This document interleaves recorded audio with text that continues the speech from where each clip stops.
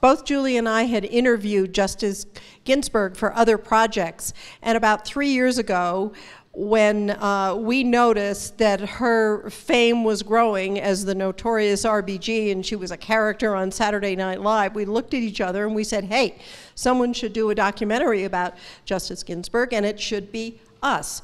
So we wrote her a letter, and her initial response was, not yet.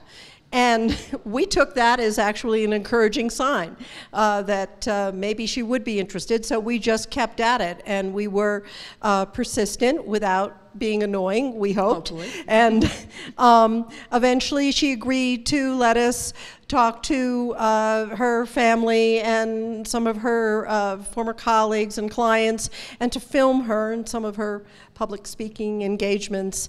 And then we kind of wormed our way even closer and were able to capture some very intimate moments with her granddaughter, her family, behind the scenes at an opera where she appeared, and then ultimately we gained her permission to film her notorious workout routine. Justice Ginsburg is legendary for being able to do, lift weights, push-ups, planks. We had heard the legend. Frankly, we did not believe it was true until we were in that room in a gym with her and her personal trainer, who's an Army reservist and quite buff and impressive fitness trainer, and Justice Ginsburg and our camera crew. We didn't think the legends really were what you would think, but once we were in that room and we saw her, yes, doing the 20 push-ups, not so-called girl push-ups with the knees, but with her feet, doing planks for 30 seconds and then following up with a side plank and